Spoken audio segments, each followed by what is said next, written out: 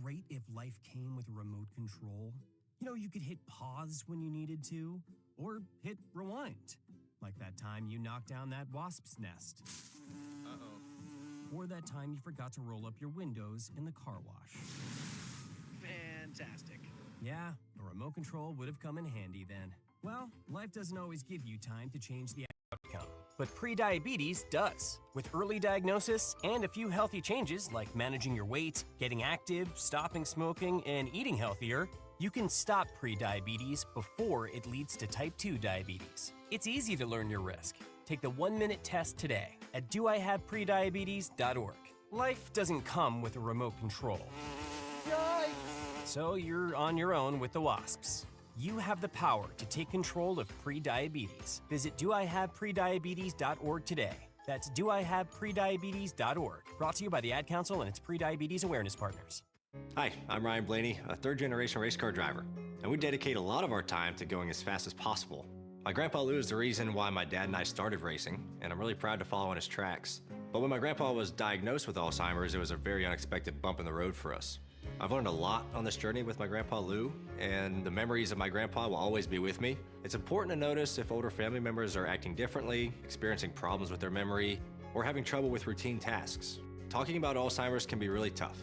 But if you notice something, have a conversation with your loved one. Encourage them to see a doctor or offer to go with them. Early detection of Alzheimer's can give your family time to explore support services, make a plan for the future, and access available treatments. The Alzheimer's Association provides care, support, and research to help you take control of the situation with your family and manage the disease together. If you or your family are noticing changes, it could be Alzheimer's. Talk about seeing a doctor together. Visit alz.org/time-to-talk. A message from the Alzheimer's Association and the Ad Council. Was this young man hit by a car? Yes, and his helmet is smashed. It's probably a fake. Fakes cause real harm. You're smart, buy smart. Go for real. Brought to you by the National Crime Prevention Council and the U.S. Patent and Trademark Office. Tiger weather now. Some colder temperatures on the way. As a matter of fact, it will cool down significantly between today and tomorrow. We will see that sunshine after a bit of a gray start, get up to around 70. Tonight, partly cloudy, low 52. And then Tuesday, partly sunny with a high 58. We're in the upper 30s Tuesday night. Sunny Wednesday and 54 for the high. I'm Jeff Eno at the Weather Channel. KWKH and K277DO Shreveport, 103.3 FM and 1130 The Tiger. Your home for LSU sports, a Town Square Media station. The following is a paid program. Participants of this program are not employees of this station, and their views, opinions, and claims do not necessarily represent those of Town Square Media, its employees, or advertisers. The following program is paid for by Tim Fletcher. Good afternoon. It's the Patrick Netherton Show. Voice of the Demons, right? Yes. Touchdown, Demons! Brined, marinated, or dry rubbed, it's sports the way you like it. Sports Center Top 10 right there! Talking to the biggest names, bringing you the best interviews. He actually smokes his beans. Thank you, Mr. Know-It-All. The cooler is full, and the brisket is resting. Just a nice little pull, and it comes right apart. That's perfect. We eat ribs with this dude. Here's your master of ceremonies, the Kansas City Barbecue Society certified expert. Throw the fade, looking for Ferguson. Got it! Patrick. Demons are back in it.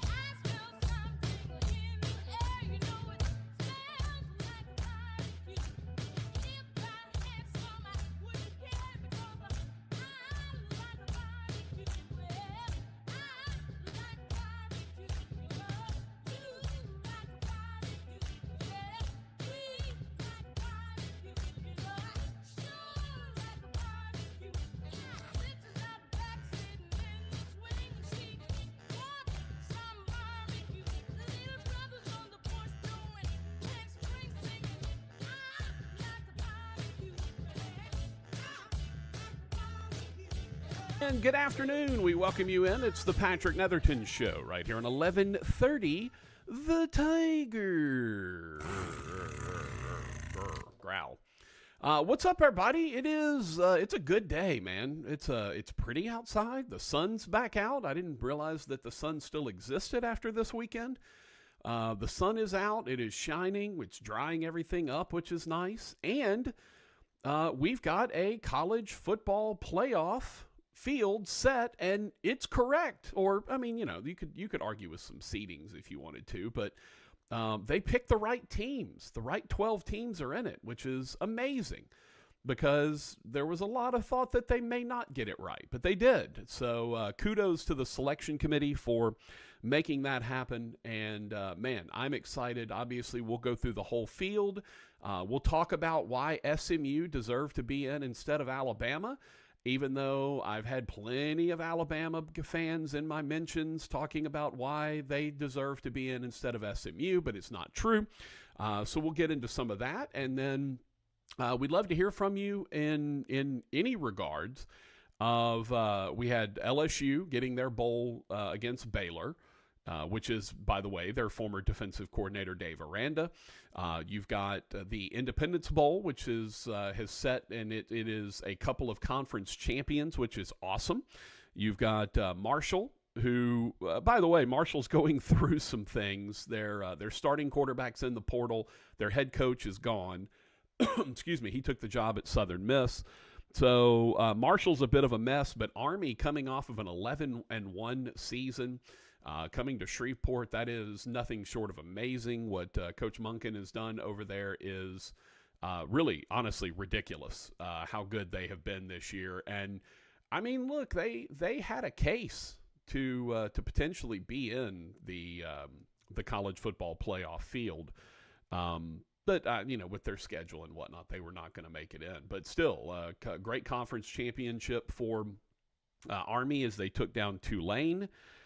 So yeah, we got a lot going on in today's show, and a lot of ground to cover. LSU women's basketball was in Bossier, and Michaela Williams had her jersey retired at Parkway as part of the festivities there in Bossier, and rightfully so. She has been incredible. She got shouted out by Kevin Durant on Twitter, which is awesome. So yeah, there's a lot of good stuff going on in the world of sports here. The Saints got a win. It was not pretty, but hey, it's a W.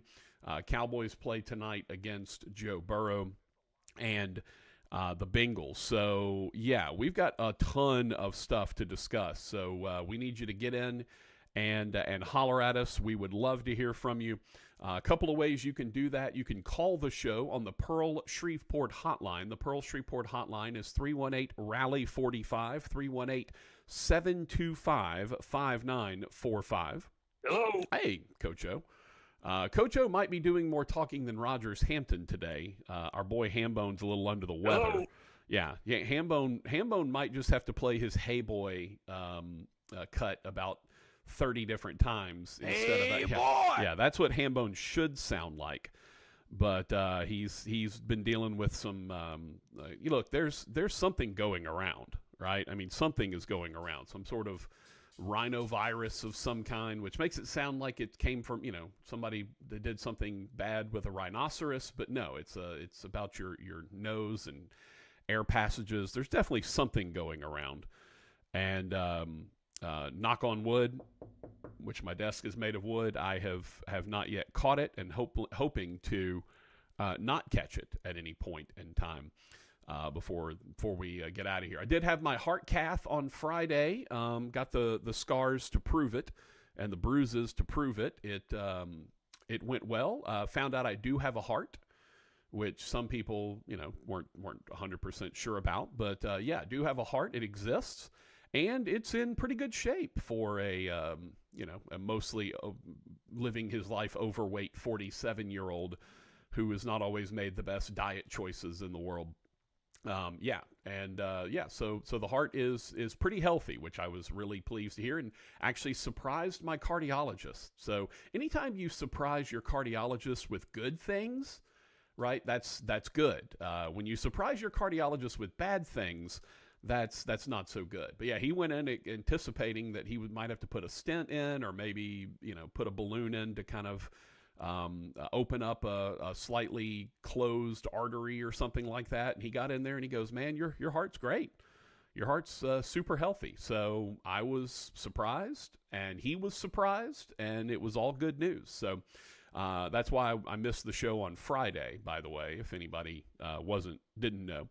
I was recovering. The funny thing is, the recovery was 3 times as long as the actual procedure. I get in there at 6 a.m., do blood work, and then I did they wheeled me up to the heart cath place. I say they wheeled me up. I walked up to the heart cath lab. They put me in a room. I, of course, had to put on the backless dress, a.k.a. Hospital gown. Always the most flattering of things. Nothing like just showing everyone your complete lack of butt that you get to walk around with. Luckily it was, hey, put this on and lay down on the bed, and so no one will see it. Like, thank you. I don't, not like I have a lot of dignity left, but if anybody listens to this show, you know that. But yeah, we got to go butt out in the old hospital gown. And so they came in, they shaved a whole bunch of places on me, on my chest, on my neck, on my wrist. Then they're like, oh, by the way, the heart, for those who don't know, a heart cath is just a tube. It's just a flexible kind of clear tube, and they go through an artery in your wrist, actually. They used to only go through the groin, but they go through the wrist. And it's crazy. Like, I'm showing it on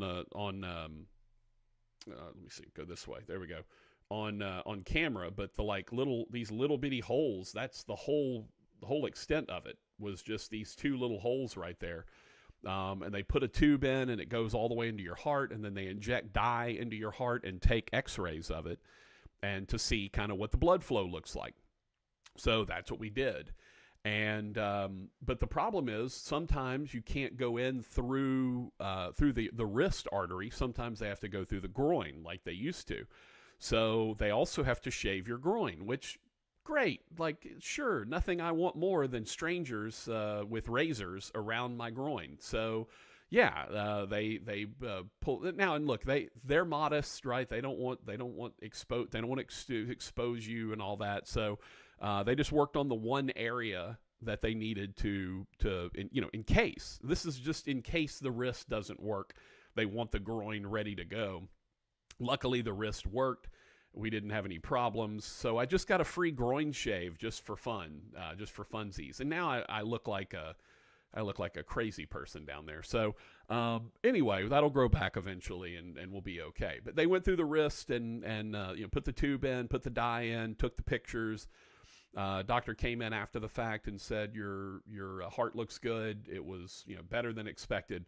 So we're feeling good about life at this point. Feeling good. Get back to working out again, and hopefully drop these last 20-25 pounds or so. And I got to have my beach body ready for summer. Got to get that. Got to get ready for swimsuit season. Coming up here in just a couple of months.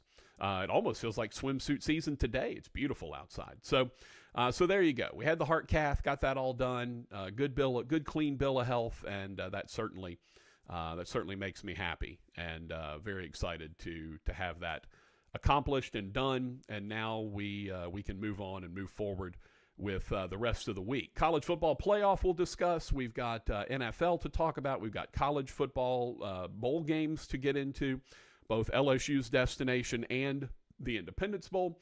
And whatever else is on your mind, we'd love to hear from you. You can call us on the Pearl Shreveport hotline, as we mentioned, 318-RALLY-45, 318-725-5945. You can reach us on the the Coach O again. Dang. Coach O's eager today. Well, look, it's college football, the culmination of college football. Yeah. We're coming. Are you going to back down? Yeah, we ain't backing down. Good to know. Not backing down, Coach O. But yeah, so we got the culmination of college football coming up. The coolest thing that we've had in college football at the highest level ever. And that is having an actual playoff. I can't believe we actually got to a legitimate, realistic playoff with 12 teams. It probably will expand before it's all said and done, if I had to guess. It feels like it probably will move up and get to maybe 16 would be my guess. I think they probably would find a way to get to 16 and then hold it there. But we'll discuss what the committee did, whether or not it was a smart thing. Did they get it right? Did they miss? Kind of what went down? We'll discuss all of that with you. Bobby L. Greene Plumbing text line, if you want to find us there, that is 318-657-0HAM, 318-657-0426, also known as the Bobby L. Greene Plumbing text line. You can reach us on any of our 4 streaming platforms. That's right, we are streaming in a bunch of different locales.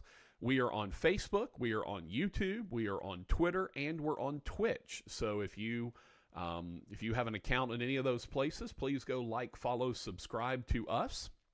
And it's easy to find Netherton Show, Patrick Netherton Show.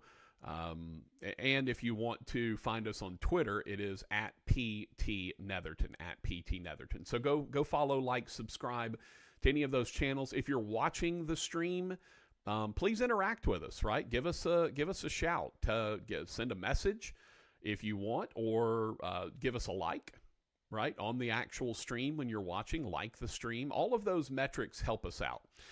So that would be greatly appreciated if you would help us out by doing that. We're also available via the app if you just want to listen, audio only. The app is really a good way to tune in. 1130 The Tiger. Search for that on Google Play or your iTunes App Store, and you can listen to us in crystal clear HD audio. Let's see, 103.3 FM, 1130 AM, app, Facebook, YouTube, Twitter, and Twitch. Phone number, text line, which means we've got to introduce the king of the Lollipop Guild, ladies and gentlemen, Rogers Hampton.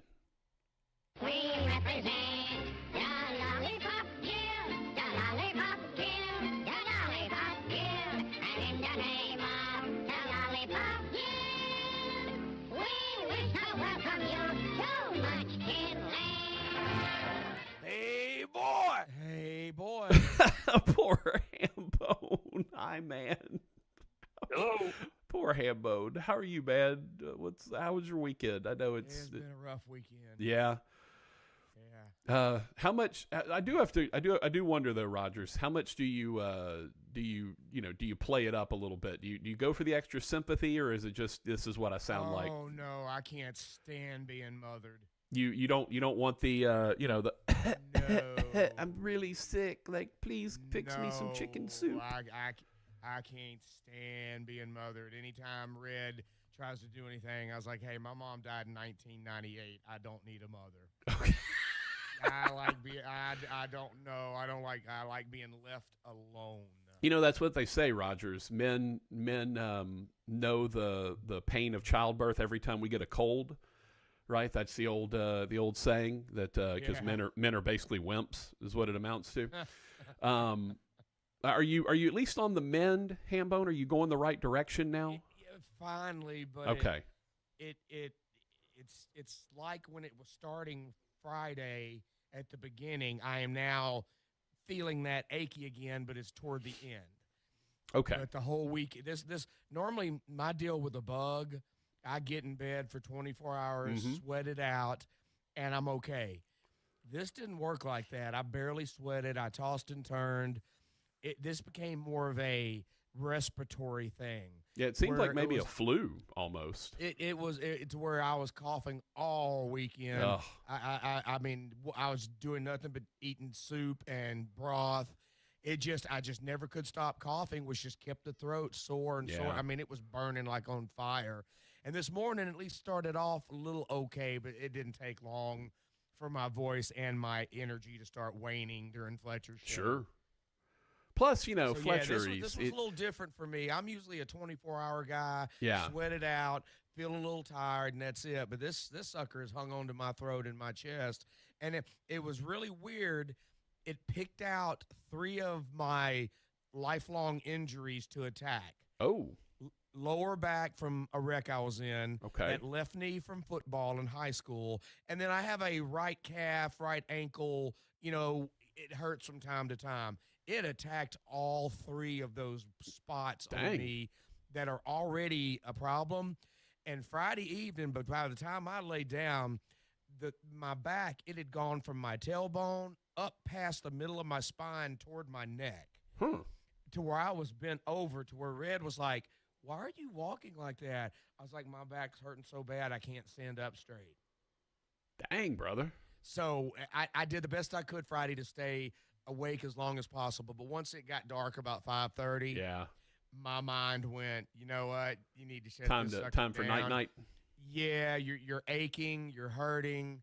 So I figured, okay, get in bed, sweat it out, and then only sweat it a little bit, and it wasn't my normal recovery. And that's when, Saturday just kind of kept getting worse. And when I realized, okay, this isn't just a full body thing.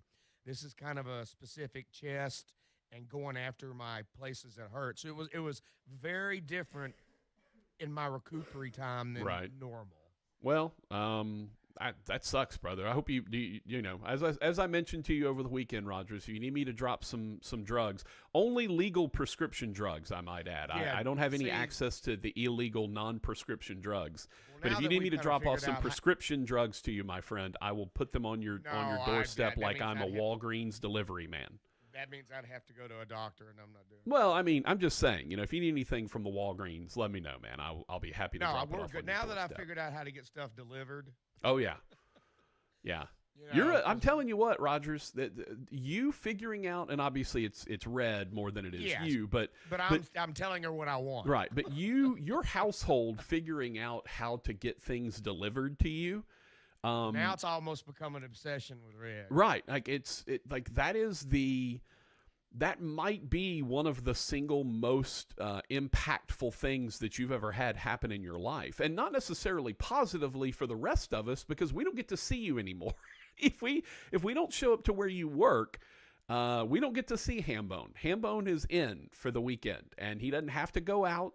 It's not like, I was going to go get this stuff from the grocery store anyway. Now it's, no, the grocery store is bringing this stuff to me. It's much harder to get Hambone out of the house these days for leisure time. And obviously this weekend being sick or whatever. But yeah, Rogers, you figuring out delivery, or at least, in your house figuring out delivery is a significant thing for altering your potential social life on the weekends, I must say. So yeah, because each place kind of has a different way of going about it. Mm-hmm. Like this one place we get stuff delivered from, we have to wait and get an email with a coded number to tell the driver. Yeah. And sometimes our phones and their phones aren't on the same service. They're not G'ing and hawing. Yeah, the driver may be saying, well, it shows I'm here, and we're still sitting there going, driver on the way, even though I'm standing there looking at the driver. Right. So we're having to refresh, till finally that email will come, because they will not leave the groceries without the code now. Yeah. I've watched them take groceries away because we never received the code. Y'all are a bunch of lawless grocery thieves, Rogers. And then apparently. a couple other places, it's like, okay, I need your license, I need this. So it's just it's figuring out who wants what and who gets here quicker and who does this. And, okay, you got to buy some food if you're going to use this one. So but yeah, I took care of all the medicine. We had that delivered on Friday. Okay, good. So I had plenty of my cold medicine, good. Benadryl, multivitamin, orange juice, chicken noodle soup. Yes. We made chicken all the and good dumpling stuff. broth. All the good stuff. Yeah, because I could not swallow real food, so it was all noodles and broth. Yeah. So I am feeling a little weak just because I haven't had any really solid no food. real sustenance. Yeah. But the throat was hurting so bad I couldn't have swallowed down anyway. Sure. No, I did the same thing when I had my my pituitary tumor removed.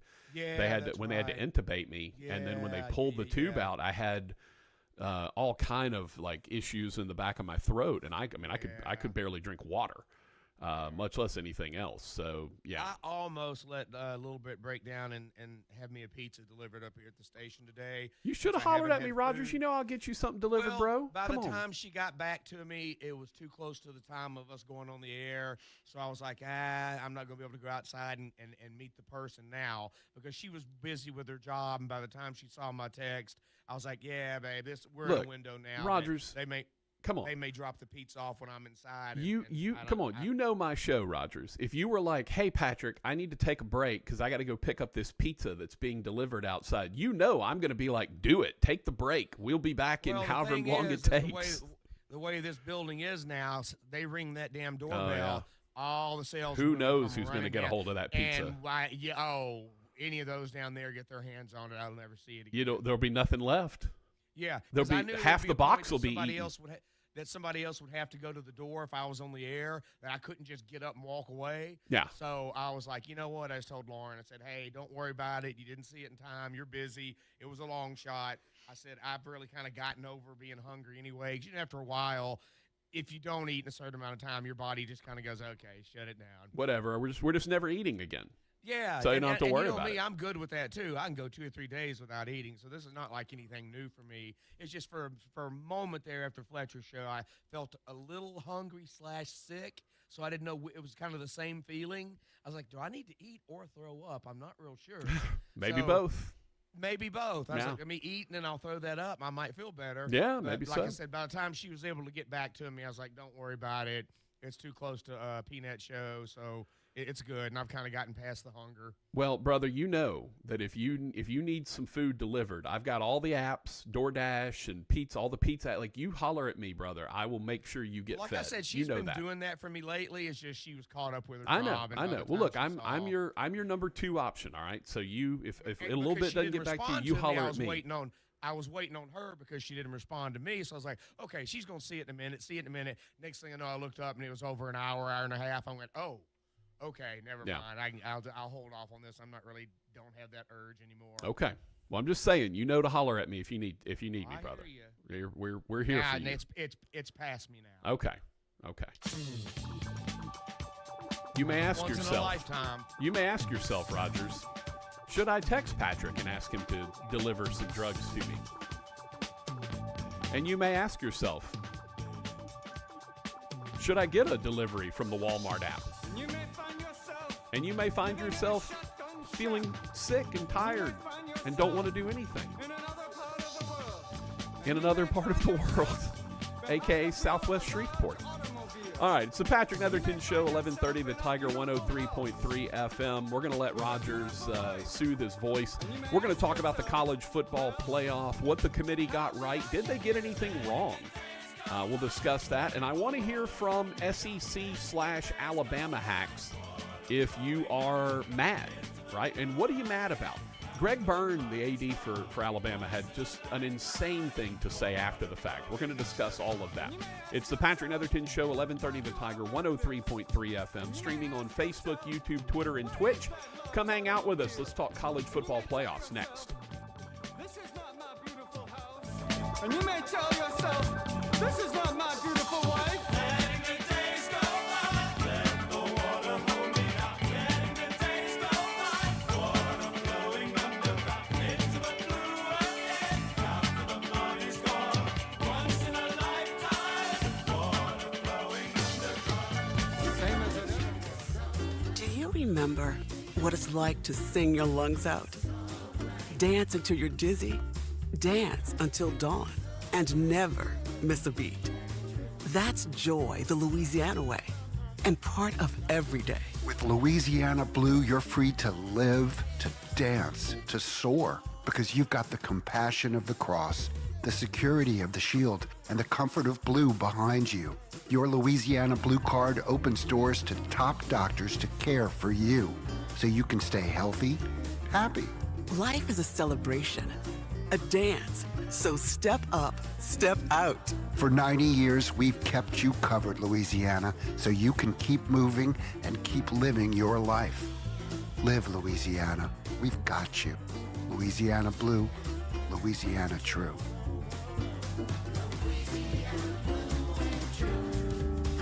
My son loves to fly kites, but my active psoriatic arthritis can sometimes hold me back. Now with Skyrizi to treat my skin and joints, I'm ready to go.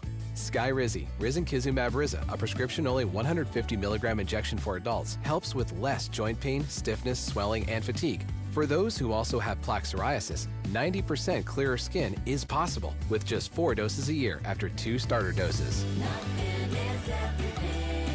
Don't use if allergic to Skyrizi. Serious allergic reactions and an increased risk of infections or a lower ability to fight them may occur. Before treatment, your doctor should check for infection and tuberculosis. Tell your doctor if you have an infection or symptoms such as fever, sweats, chills, muscle aches, or cough, or if you plan to or recently received a vaccine. With Skyrizi, there's nothing like clearer skin and better movement, and that means everything. Ask your doctor about Skyrizi today and visit skyrizi.com or call 1-866-SKY-RIZZI to learn more. You've heard a lot of remarkable things about the Pearl Restaurant, located at Fern and 70th. In addition to the incredible food and drinks, the Pearl is now open for dinner 7 days a week, plus lunch or brunch on the weekends. The bar opens at 3, the restaurant opens at 4 Monday through Thursday, and it opens at 11 a.m. all weekend long. Amazing Louisiana-style food with flavor profiles unlike anything you'll find in the state. A 47-foot bar serving signature cocktails, spirits, wine, and beer. An unrivaled selection of both raw and cooked oysters. Plus, the Pearl is serving up amazing old-school favorites like burgers and certified Angus steaks, dry-aged and rubbed in their special pearl dust. Both the burgers and steaks are Rogers Hampton approved, which is the most prestigious award that a food can receive. The Pearl Restaurant, 6871 Fern Avenue, right off East 70th. Whether you want an amazing lunch on the weekend or an elegant dinner any day of the week, the Pearl has you covered. Let them treat you right at the Pearl. Michael and Justin Greene have great news about Bobby L. Greene, your home team. We saw the need for a heating and cooling contractor that could do the same thing that we've offered plumbing services for many, many years, and we decided to jump into the AC and heating space. We just saw the opportunity to provide another service to our customers, to be a one-stop shop, to take care of their needs and be there and provide the same quality service that we've always provided.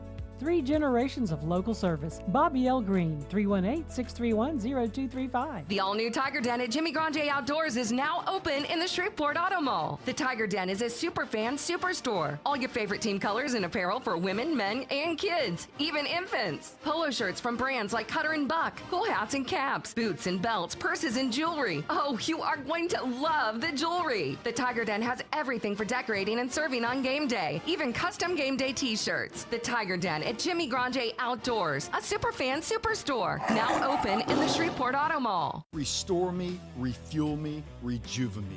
RejuveMeMedical.com. 103.3 FM and 1130 The Tiger, where the Houston Texans play. Floating through the airwaves like smooth hickory smoke, Patrick Netherton.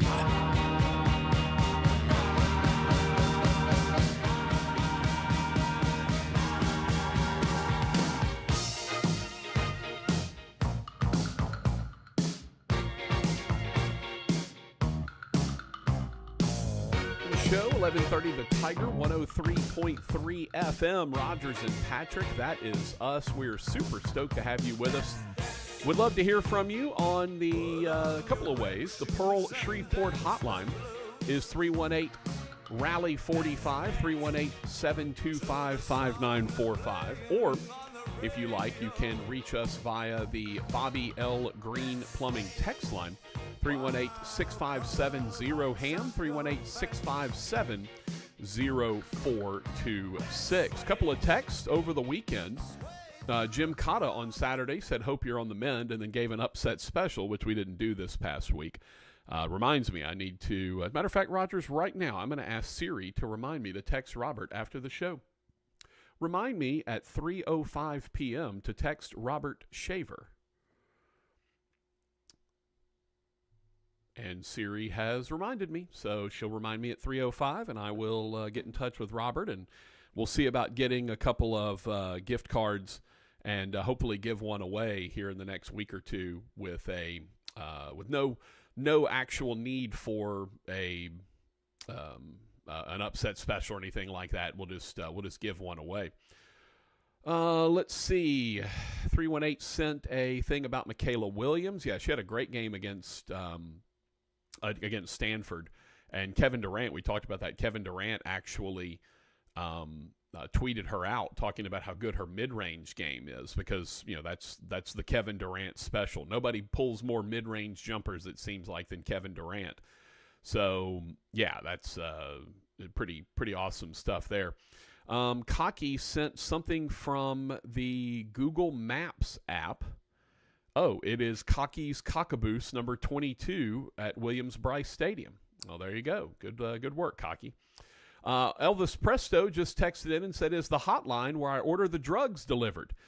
No, that is a special service provided strictly to Hambone by yours truly. If Hambone is like, look, man, I can't get to Walgreens or Walmart or anything having to do with a wall, and is like, look, can I, you know, I'm dying for some Vicks Vapo Rub, or which I won't rub on his chest for him, but I will pick up.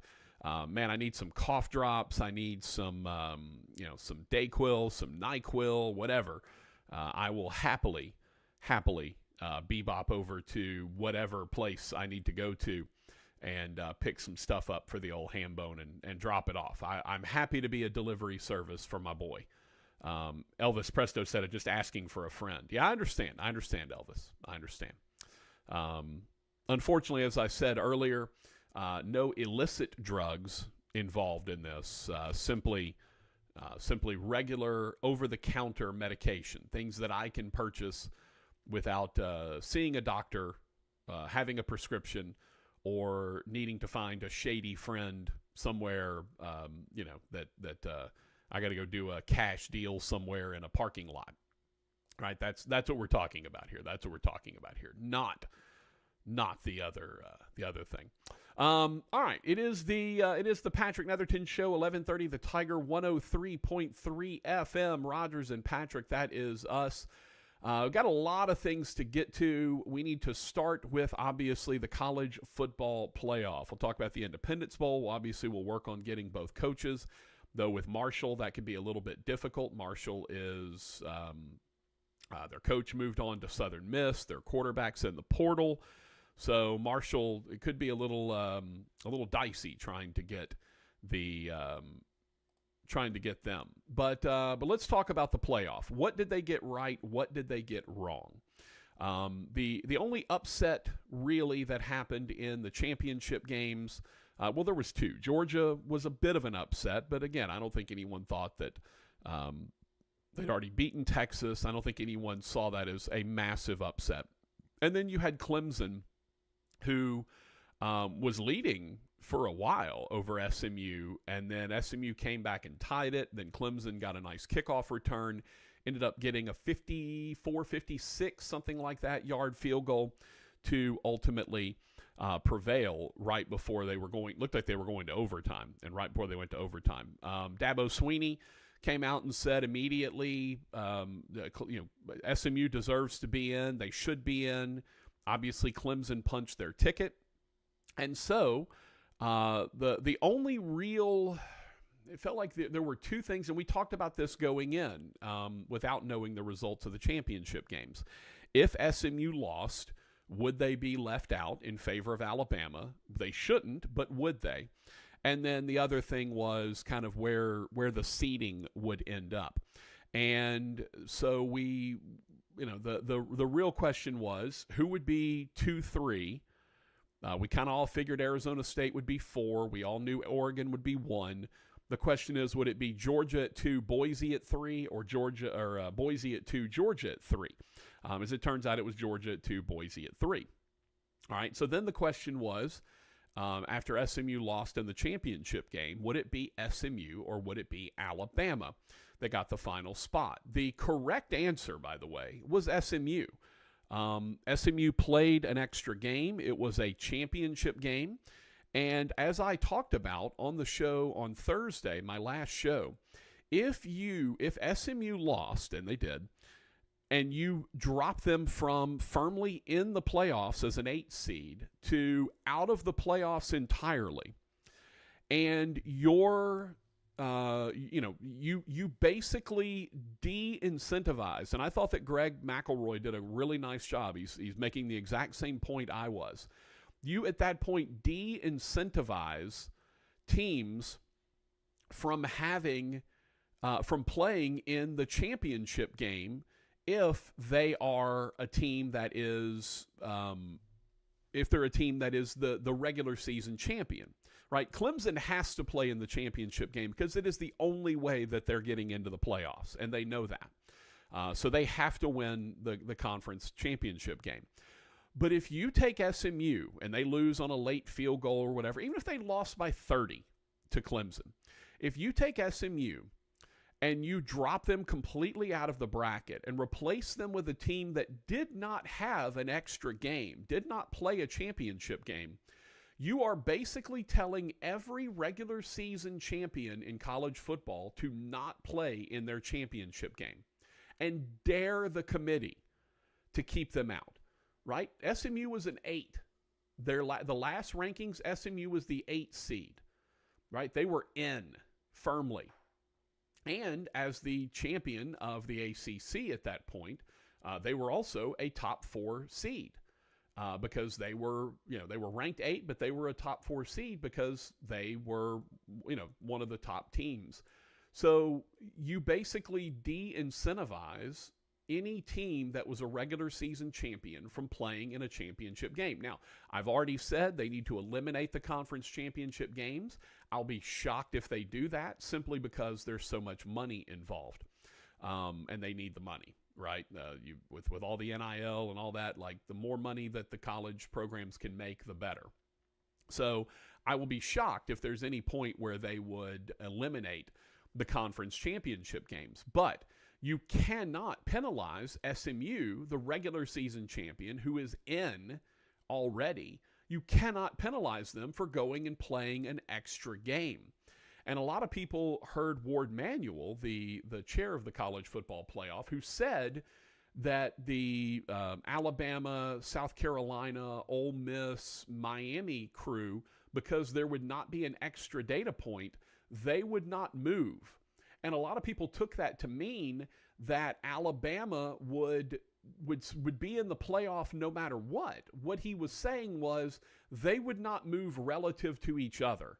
Like Ole Miss wouldn't suddenly jump Alabama simply because the Georgia beat Texas in the SEC, right? That wouldn't happen because there is no more data points for Alabama and Ole Miss and Miami and South Carolina, right? So with no more data points for them to add, there's no opportunity for those games to their metrics to change. Now, their strength of record may go up a little bit, strength of schedule may change a little bit depending on who they played, but it won't be a lot.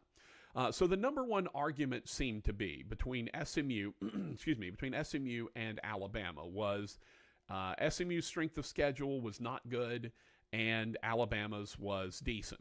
And then there was a lot of talk after the fact, and we're going to quote Greg Byrne, the Alabama athletic director, about this.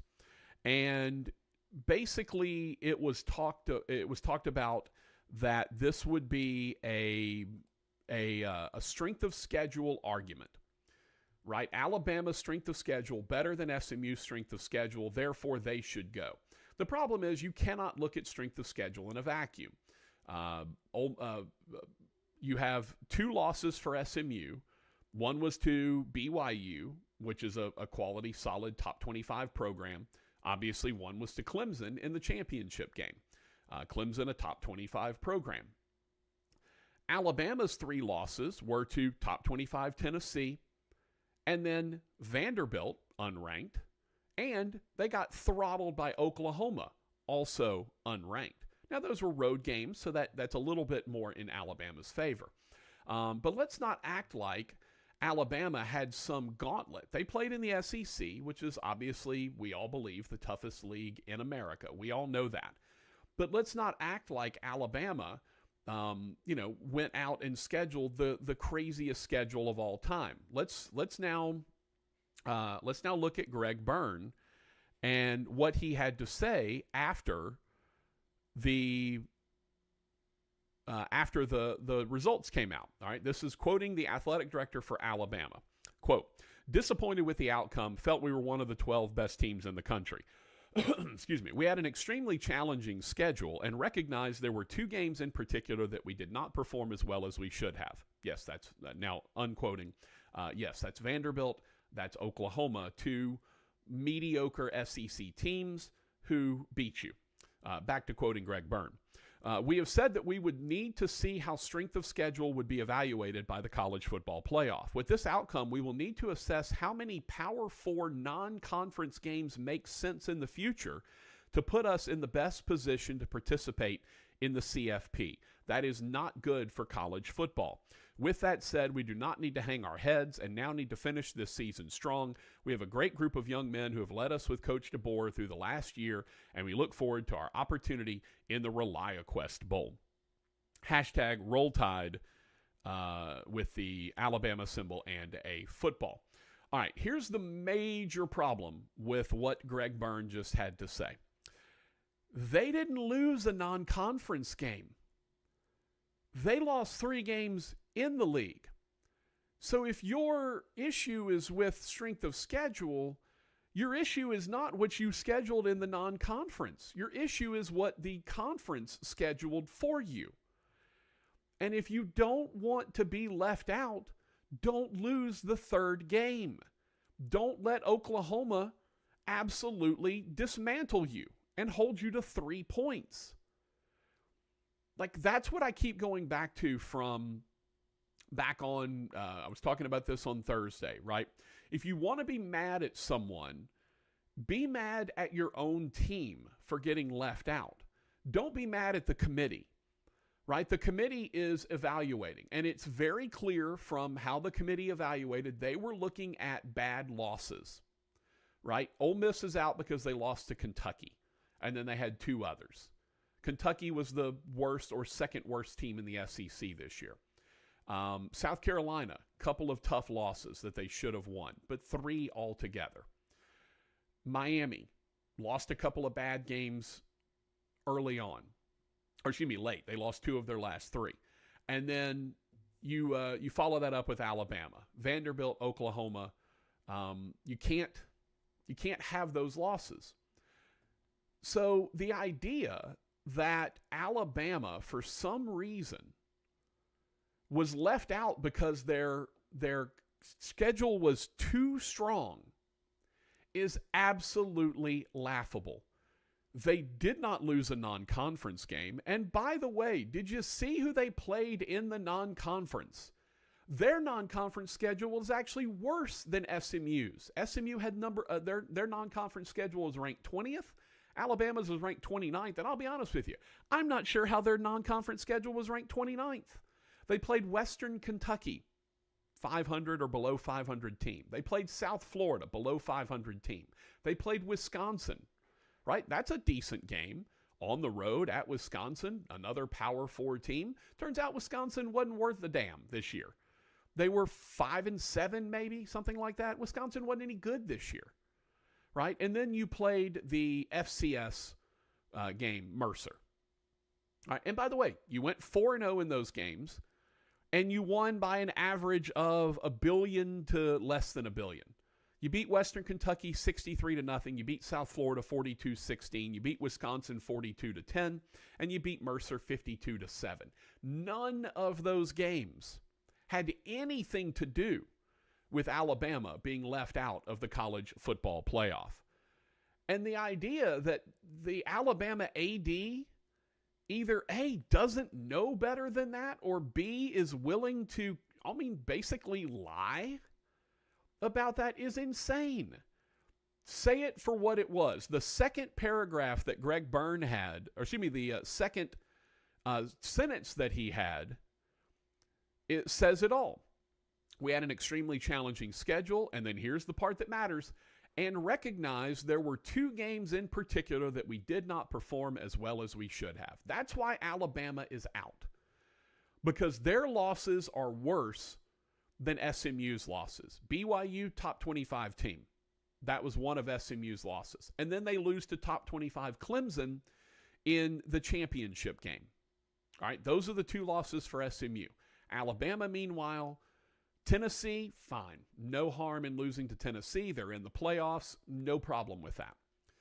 But then you also lost to Vanderbilt, middle-of-the-road SEC team, and you turn around and you lose after that to Oklahoma. 24-3, by the way. You lost to Oklahoma. Another middling SEC program this year. All right, you got no legs to stand on if you're Greg Byrne. Alabama should not have been in.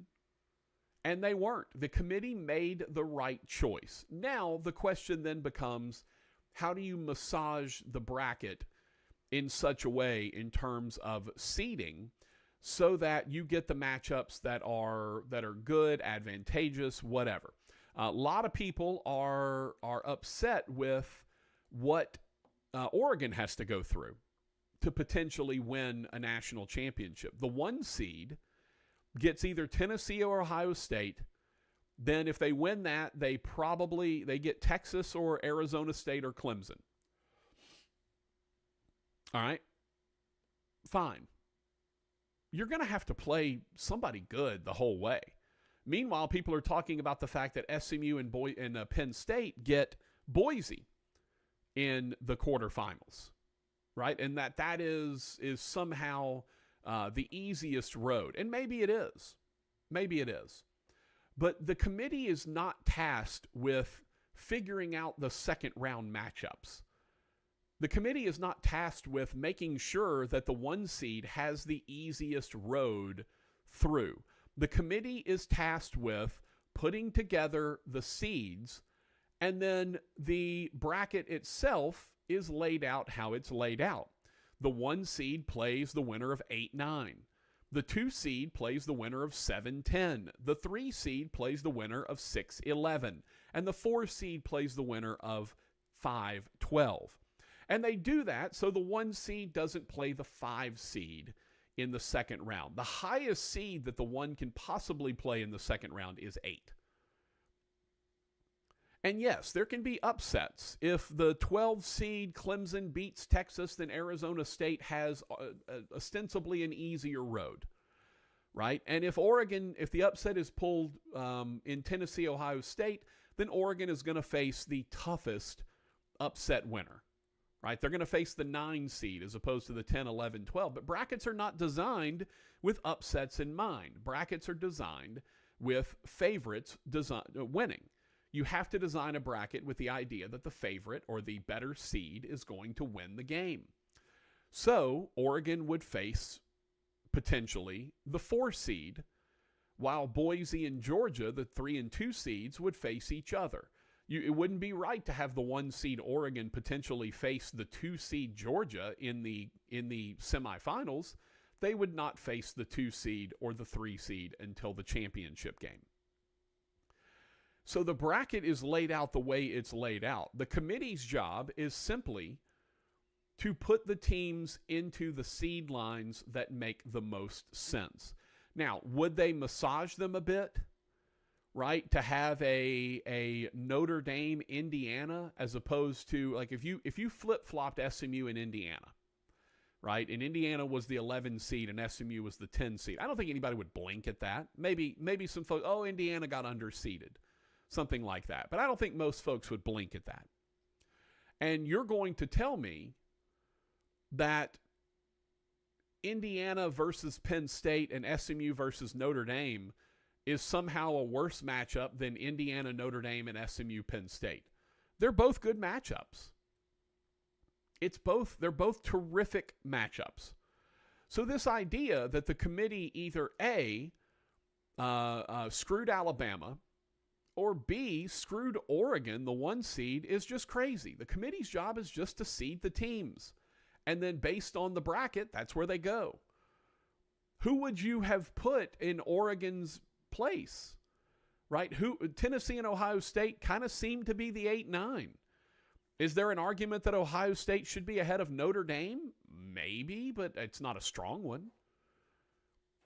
And then potentially do you flip-flop them? Ohio State's the 9, Tennessee's the 8. Guess what? It just changes where the home field is. Is there an argument that Indiana could have been an 8 or a 9? Yeah, but not a super strong one. Again, I look at the seeds, I look at who they put in, and it feels like the committee got it basically right. I would probably have had Notre Dame ahead of Penn State. Maybe ahead of Texas, but probably not, but definitely ahead of Penn State. I would have probably had Notre Dame as the 6 and Penn State as the 7. But other than that, I don't know that I have a lot of problems with what happened. And you get these matchups. Clemson, Dabo, heading to Austin. He's already said he can't wait to meet Matthew McConaughey. Clemson heads to Austin to play Texas. Tennessee going to the Horseshoe on the banks of the old Wintangi. Tennessee travels to take on Ohio State. SMU, after dropping the ACC title game and losing a chance to get a bye, now has to travel to Happy Valley to take on Penn State. And Indiana goes on the road to take on Notre Dame in an intrastate rivalry game. That one's going to be amazing, by the way. And crazy enough, all the better seeds are prohibitive favorites. Texas is an 11-point favorite over Clemson. Ohio State is a 7.5-point favorite against Tennessee. Penn State is a 9-point favorite against SMU. And Notre Dame is a 7.5-point favorite over Indiana. I'll be honest with you, right now, without kind of going into it, I am perhaps going to take every underdog. Like, you're telling me Clemson can't play within 11 of Texas? You're telling me that that Tennessee can't hang within 8 of Tennessee can't be within 7.5 of Ohio State? You're telling me SMU can't hang within 9 of Penn State? And Indiana 7.5 against Notre Dame? I'm right now tempted to take every underdog in the first round. And look, I hope they all win.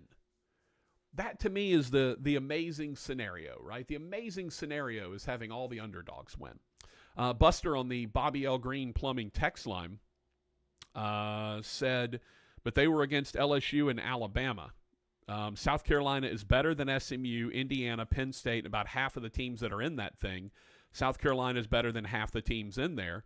The problem with this whole scenario is the lowest seeds are not the best teams necessarily. Yeah, and that's one thing that I've talked about, right? I've got a problem with the must be a conference champion to be in the top 4 seeds. I think they should take that out and just say 1 through 4 in the rankings are your top 4 seeds. I would have absolutely been in favor of that.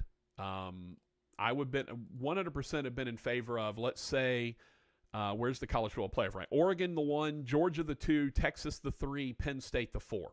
Fine. Would have had no problem with that. And again, I'm also a big fan of doing away with the neutral site game for the top 4 seeds. I would prefer give them a bye and give them a home game. If that's what you're looking to do, is to protect your top 4 seeds, then I would have liked to have seen give them a bye and give them a home game. But again, it's the first year we've done it.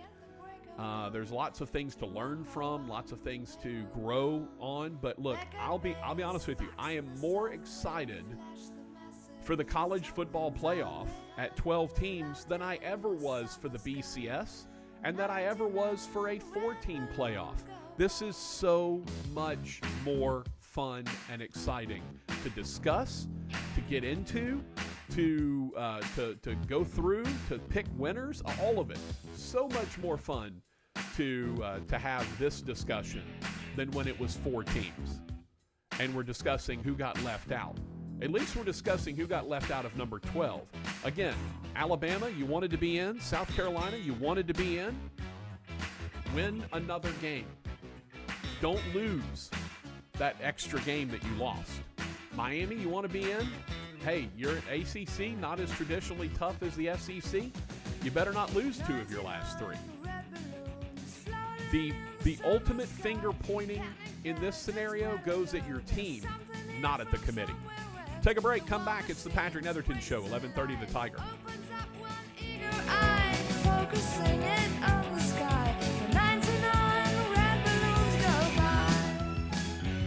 Hey, pet parents. With Progressive's collision coverage, you get extra protection for your cat or dog, because there's nothing worse than seeing your pet hurt. Like when you see their face after accidentally stepping on their tail, and you say, "I'm so sorry, Mr. Pickles." But as you kiss his nose and rub his little belly welly, you know Mr. Pickles is thinking, "You betrayed me." Anywho, Progressive pays up to $1,000 in vet bills if your pet is injured in an auto accident. Learn more at Progressive.com and watch where you step. Progressive Casualty Insurance Company and Affiliates. Collision coverage subject to policy terms. Not available in all states. The future depends on teachers who are reinventing the classroom and starting their students on journeys that will change the course of history. Shape the future. Teach. Learn more and receive free support at teach.org. Hey, just stop by to say hello, and my gosh, look how busy it is in here. How'd you get all these customers? Yeah, this month has been a record breaker. You know, for a long time, we had decent business coming in by word of mouth, but we weren't growing. Lately, though, a lot of folks have been finding us online, and that's made all the difference. That's terrific. I wish I could figure out how to do that with my shop, but I have no idea where to start. Just do what I did. It's not as hard as you think. Go to mylocalcustomers.com to see exactly how many searches there are for businesses just like yours. Okay, then what? Well, if you see there are a good number of clients searching in our area, you'll also get some suggestions for the best way to get their attention. Do you think there are a lot of people searching for my business? Only one way to find out. Go to mylocalcustomers.com. It's quick, easy, and free. Go to mylocalcustomers.com for a free local customer analysis that will show you how many customers are searching online for your type of business. It's quick, easy, and free. Visit mylocalcustomers.com. That's mylocalcustomers.com. I'm Greg Tilley, president of Greg Tilley's Bossier Mobile Homes in Bossier City, Louisiana. I chose Town Square Media for my advertising many, many years ago. Jackie over there has been a big help. Hillary, the whole team over at Town Square has been unbelievable in bringing customers to my business. All of the new modern techniques that they're using with streaming and with all the different things, not just radio anymore. Shoot, it's TV and it's all kind of different things. I highly recommend you to give them a try. They can increase your business, you can increase your traffic flow and your presence in the market. Michael and Justin Greene have great news about Bobby L. Greene, your home team. We saw the need for a heating and cooling contractor that could do the same thing that we've offered plumbing services for many, many years, and we decided to jump into the AC and heating space. We just saw the opportunity to provide another service to our customers, to be a one-stop shop, to take care of their needs and be there and provide the same quality service that we've always provided. 3 generations of local service. Bobby L. Greene, 318-631-0235. You've heard a lot of remarkable things about the Pearl Restaurant, located at Fern and 70th. In addition to the incredible food and drinks, the Pearl is now open for dinner 7 days a week, plus lunch or brunch on the weekends. The bar opens at 3, the restaurant opens at 4 Monday through Thursday, and it opens at 11 a.m. all weekend long. Amazing Louisiana-style food with flavor profiles unlike anything you'll find in the state. A 47-foot bar serving signature cocktails, spirits, wine, and beer. An unrivaled selection of both raw and cooked oysters. Plus, the Pearl is serving up amazing old-school favorites like burgers and certified Angus steaks, dry-aged and rubbed in their special Pearl dust. Both the burgers and steaks are Rogers Hampton approved, which is the most prestigious award that a food can receive. The Pearl Restaurant, 6871 Fern Avenue, right off East 70th. Whether you want an amazing lunch on the weekend or an elegant dinner any day of the week, the Pearl has you covered. Let them treat you right at the Pearl. The all-new Tiger Den at Jimmy Grande Outdoors is now open in the Shreveport Auto Mall. The Tiger Den is a superfan superstore. All your favorite team colors and apparel for women, men, and kids, even infants. Polo shirts from brands like Cutter & Buck, cool hats and caps, boots and belts, purses and jewelry. Oh, you are going to love the jewelry. The Tiger Den has everything for decorating and serving on game day, even custom game day t-shirts. The Tiger Den at Jimmy Grande Outdoors, a superfan superstore, now open in the Shreveport Auto Mall. Restore me, refuel me, rejuvenate me. RejuveMeMedical.com. KWKH and K277DO Shreveport, 103.3 FM and 1130 The Tiger. Bossier City's home for LSU sports, a Town Square Media station. Let's get to the meat of the matter with producer Rogers Hampton. Hey, boy! Here's your master of ceremonies, Patrick Netherton.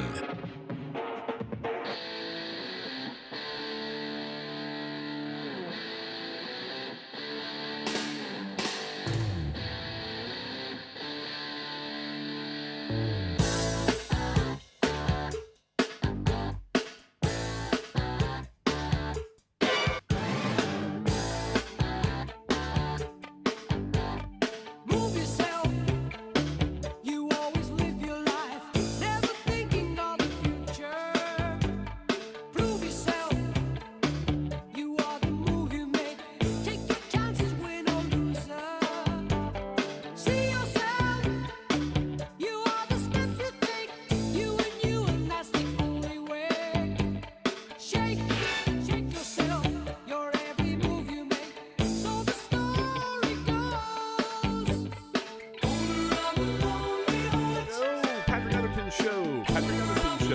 times can I say it in a row before I believe it? It is the Patrick Netherton Show, 1130, the Tiger 103.3 FM, Rogers and Patrick, that is us. Hambone a little under the weather, so we're keeping him away from the microphone as much as we can. We definitely don't want poor Hambone continuing to get sick and feel worse. That's for sure. Our boy needs to be getting better. So we're trying to encourage that as much as we can. A lot of chicken soup for the soul, and remember those books? Gosh, whatever happened to those books? Remember Chicken Soup for the Soul? They were always in people's bathrooms. That was always hilarious. That stuff. Pretty hysterical. Hey, let's talk about the Pearl in Shreveport. Don't forget, you can get your discount. Oh, Pumpman, good timing, Pumpman. I was just about to talk about the Pearl, and Pumpman texted in and said, me and my daughter went to the Pearl after the basketball game last night. The boudin dip is awesome. Had the Mississippi Red and brisket and grits, all very tasty, and got my discount. Also, great stuff, Pumpman. Very, very well done.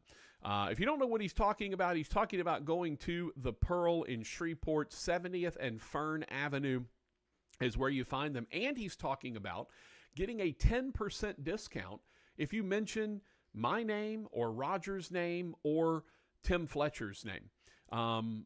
Usually when you mention my name at a business, they'll charge you more. But in this regard, if you go to the Pearl and say you heard about it on the Patrick Netherton Show, you heard about it on the Tim Fletcher Show, you heard about it on from Rogers Hampton, they will take care of you to the tune of a 10% discount.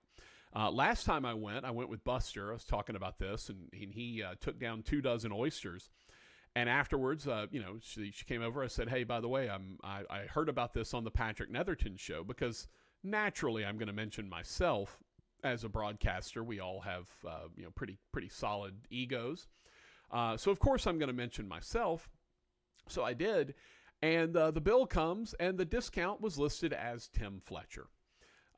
Kind of hurt me, got me kind of right there in the heart, which turns out is in good shape. Found that out. But yeah, it kind of got me right there in the old heart. Thought for sure my name would be on the check with a 10% discount. Turns out it was Tim Fletcher's name on the check. I mean, look, he is our dear leader. He is Tim Jong-un, dear leader. So I guess we have to take that into consideration. But Pumpman, I'm glad you had a great experience. It is awesome, man. 70th and Fern Avenue. Whether you're looking for the best oysters in town, whether you're looking for some unique seafood dishes, whether you're looking for some traditional old school favorites like a burger or a steak, something like that, the Pearl has you covered, as I believe I've mentioned in my ads. All you have to do is head to 70th and Fern Avenue, look for the white and brick building with the black awnings. That is the Pearl. Go and see them. Go and check it out. Go and have an amazing time at the Pearl. Drink specials, happy hour. You've got things that are discounted. The boudin dip, as he mentioned, absolutely incredible. Deconstructed boudin served with toast points or with chicken cracklins. I've had the chicken and sausage gumbo. I have had the queso fries, the Cajun fries. I've had the cornbread, which is incredible. Like, I've had it all, man. The Pearl just doesn't miss. Go and check them out at 70th and Fern Avenue. Of course, mention one of our names, Rogers, Patrick, or Rogers, Tim, or me, and you will get a 10% discount at the Pearl. If you don't believe me, believe Pumpman. He just told you just how good the Pearl is. So go check them out at the Pearl, 70th and Fern Avenue, and obviously tell them you heard about it right here on the Patrick Netherton Show. All right. Cocky on the Bobby L. Greene plumbing text line said Buster is a highly analytical deep thinker. See, now here's the problem. Okay, here's the problem. Would SMU, what would happen if SMU played South Carolina? Like, if you ask me right now who would win between South Carolina and SMU, I believe South Carolina would beat SMU. I think it'd be a good game. I think South Carolina would ultimately win. If you ask me if LSU and SMU played, I think it'd be a good game. I could see that going either way, right? Look, the SEC is full of athletes. It's full of incredible talent. If you're talking about building NFL teams, the SEC is where you go. That's where the talent is. No doubt about that. But this has nothing to do with if we believe this team is quote-unquote better than that team. This is not the 12 best teams tournament. Or else we'd pick, 7 from the SEC and 4 from the Big Ten and maybe 1 from somebody else, right? No, this is not the best teams tournament. This is the most deserving teams tournament. All right? It just so happens that a lot of the times the most deserving teams and the best teams happen to be the same. But yes, I could argue that Alabama is a better team than SMU, certainly.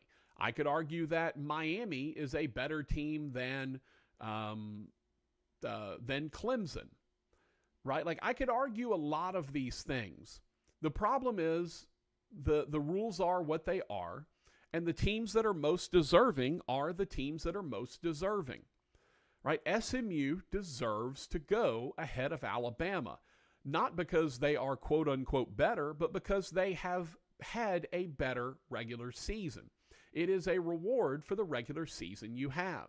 And again, if you want to be mad at the committee, turn around, look in the mirror, and realize that you need to be mad at Alabama. You do not need to be mad at the committee. The committee was charged with take the 5 conference champions, the 5 highest ranked conference champions, and put them in the bracket automatically. That is 99% of the time going to be the Power 4 champions and then one group of 5 champion. All right? Put them in. Done. All right, now what? Now you have to turn around and figure out the best at-large teams after that, the best 7 at-large teams. Understanding that perhaps a team that lost an extra game could be in consideration. And you have to take into account the fact that you do not want to penalize a team for playing in a championship game. Now, they did penalize SMU for not winning the championship. They ended up having a lower seed, right? They went from 8 to 11. So you did penalize SMU in a sense, but you did not completely eliminate them. And again, the major concern has to be that if you do take out SMU, and they lose to Clemson and you remove SMU from the playoffs, you have now told every regular season champion in college football to not play in their championship game. Because what is the committee going to do, right? If SMU just flatly refuses to play in the ACC title game, is the committee going to leave out 11-1 SMU, who they already had in before the championship game existed? Of course not. So you would then have every regular season conference champion who knows they're in, right? Texas knew they were in. What if Texas was on the borderline and were in, but if Georgia had beaten Texas, it would have knocked them out? Then Texas would have refused to play. SMU would have refused to play. Right? Arizona State and Iowa State, neither one of them were in the bracket to start with, so they had to play their way in. They were going to play regardless. And Arizona State had an amazing performance, and Cam Skattebo is arguably the best running back that most people aren't talking about. No, I wouldn't say arguably. He is the best running back that most people aren't talking about. But this idea that we are going to punish a team for playing an extra game is insanity. It really is. If your team is comfortably in the conference football playoff before the conference championship game, they should be in after, win or lose, after the conference championship game. And so I'm glad the committee did what it did. Otherwise, you might as well just end the conference championship games. They should anyway, as I've said. But just go ahead and end the conference championship games because no regular season champion would want to play. All right, if you want to get in touch with us, you can. A couple of ways you can do that. You can call us on the Pearl Shreveport hotline. That number is 318-RALLY-45, 318-725-5945. You can text us on the Bobby L. Greene Plumbing text line. That number is 318-657-0HAM, 318-657-0426. You can also reach us via any of our streaming platforms. We are on Facebook, we are on YouTube, we are on Twitter, and we are on Twitch. So if you are on any of those platforms, you write us a message and it will pop up on our feed.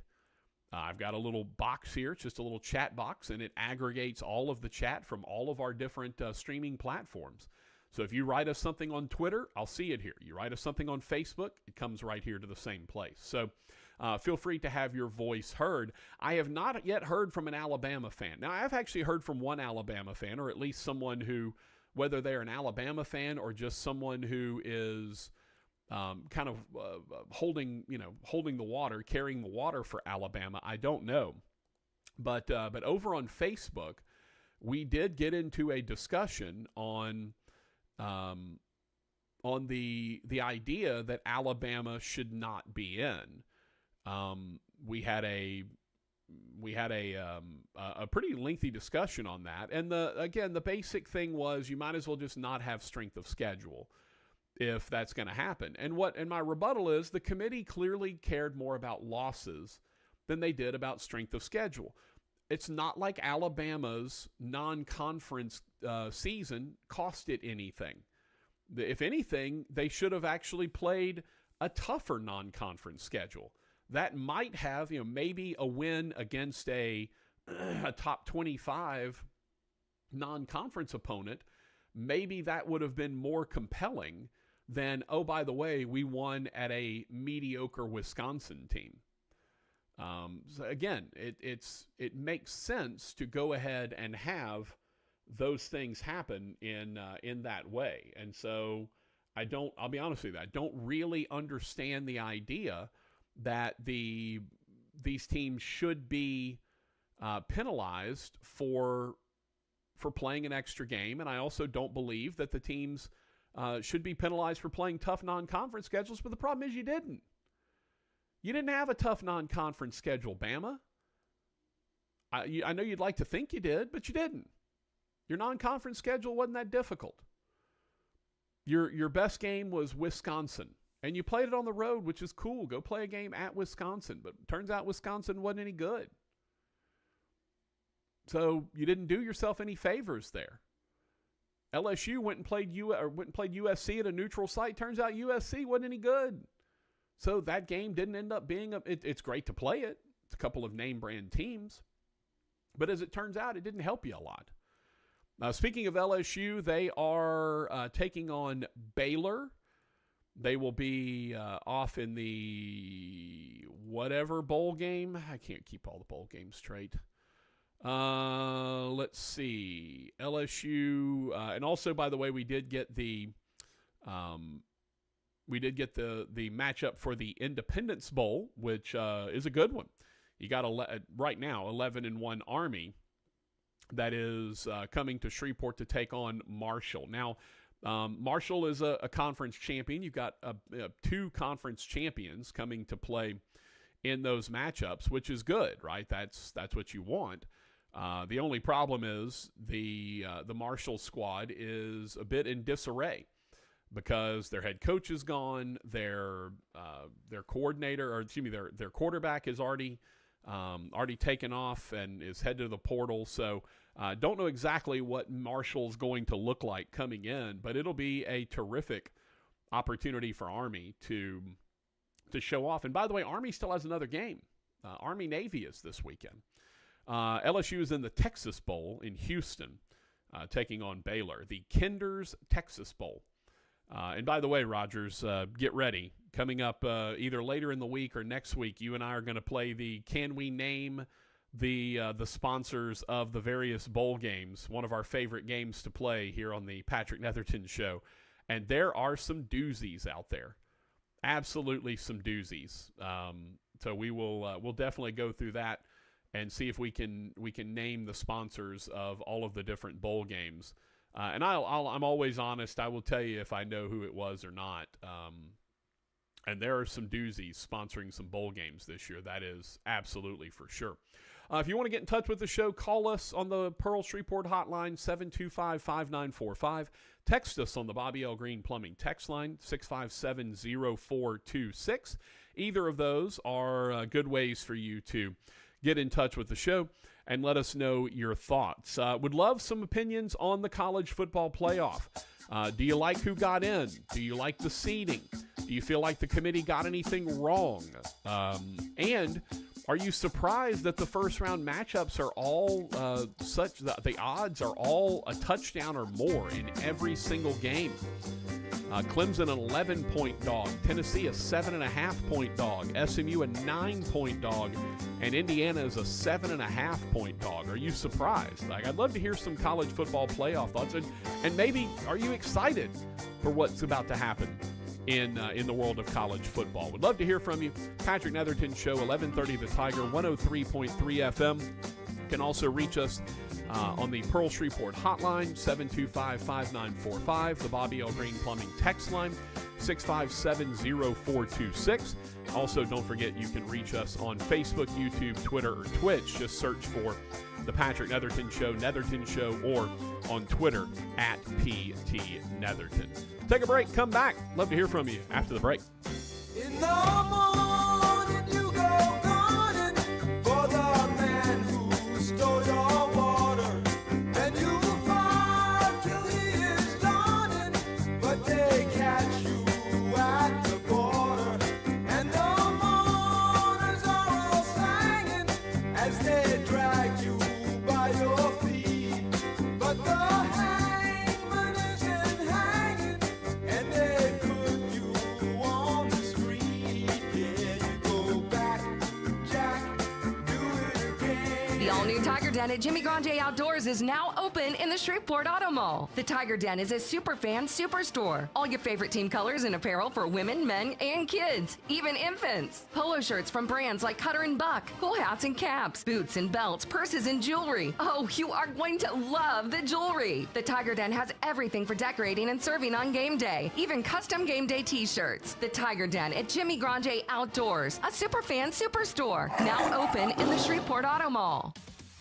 Are you ready to take your brand to new heights? At Town Square Media, your success is our ultimate goal. At Town Square Media, we understand that reaching your audience across various platforms is essential in today's fast-paced landscape. One size fits none in the realm of marketing. See firsthand how Town Square Media crafts tailored solutions that align with your unique goals. Whether it's increasing brand awareness, driving sales, or fostering community engagement, our ability to customize strategies that deliver exactly what you need when you need it. Town Square Media isn't just a partner. We're your brand's most passionate advocate. See how Town Square Media can transform your vision into a reality that resonates, engages, and inspires. Call and schedule your free business analysis today. 318-688-1130. 318-688-1130. Your brand story starts here with Town Square Media, where innovation meets impact and your success is our priority. When the game goes into overtime. But the game goes into overtime. The choice to enjoy is easy. Bud Light, easy to drink, easy to enjoy. Pick up Bud Light at your local convenience store today. Enjoy responsibly. Anheuser-Busch Bud Light Beer, St. Louis, Missouri. Morrison DeWitt Injury Lawyers built a practice on representing real people with real injuries and have obtained real results. Their success stories speak for themselves. They know and have experience with the best doctors and experts in their fields to provide the best care. If you or a loved one are injured, it is extremely important to choose the right lawyer. To see what they've done for others or to schedule a free consultation, visit morrisdewitt.com. Paid non-lawyer spokesperson, Shreveport, Tremors, LA 2417189. Results may vary. You've heard a lot of remarkable things about the Pearl Restaurant, located at Fern and 70th. In addition to the incredible food and drinks, the Pearl is now open for dinner 7 days a week, plus lunch or brunch on the weekends. The bar opens at 3, the restaurant opens at 4 Monday through Thursday, and it opens at 11 a.m. all weekend long. Amazing Louisiana-style food with flavor profiles unlike anything you'll find in the state. A 47-foot bar serving signature cocktails, spirits, wine, and beer. An unrivaled selection of both raw and cooked oysters. Plus, the Pearl is serving up amazing old-school favorites like burgers and certified Angus steaks, dry-aged and rubbed in their special pearl dust. Both the burgers and steaks are Rogers Hampton approved, which is the most prestigious award that a food can receive. The Pearl Restaurant, 6871 Fern Avenue, right off East 70th. Whether you want an amazing lunch on the weekend or an elegant dinner any day of the week, the Pearl has you covered. Let them treat you right at the Pearl. Michael and Justin Greene have great news about Bobby L. Greene, your home team. We saw the need for a heating and cooling contractor that could do the same thing that we've offered plumbing services for many, many years, and we decided to jump into the AC and heating space. We just saw the opportunity to provide another service to our customers, to be a one-stop shop, to take care of their needs and be there and provide the same quality service that we've always provided. 3 generations of local service. Bobby L. Greene, 318-631-0235. Restore me, refuel me, rejuvenate me. RejuveMeMedical.com. 103.3 FM and 1130 The Tiger, where the Houston Texans play. A good time is in the air. It's the Patrick Netherton Show.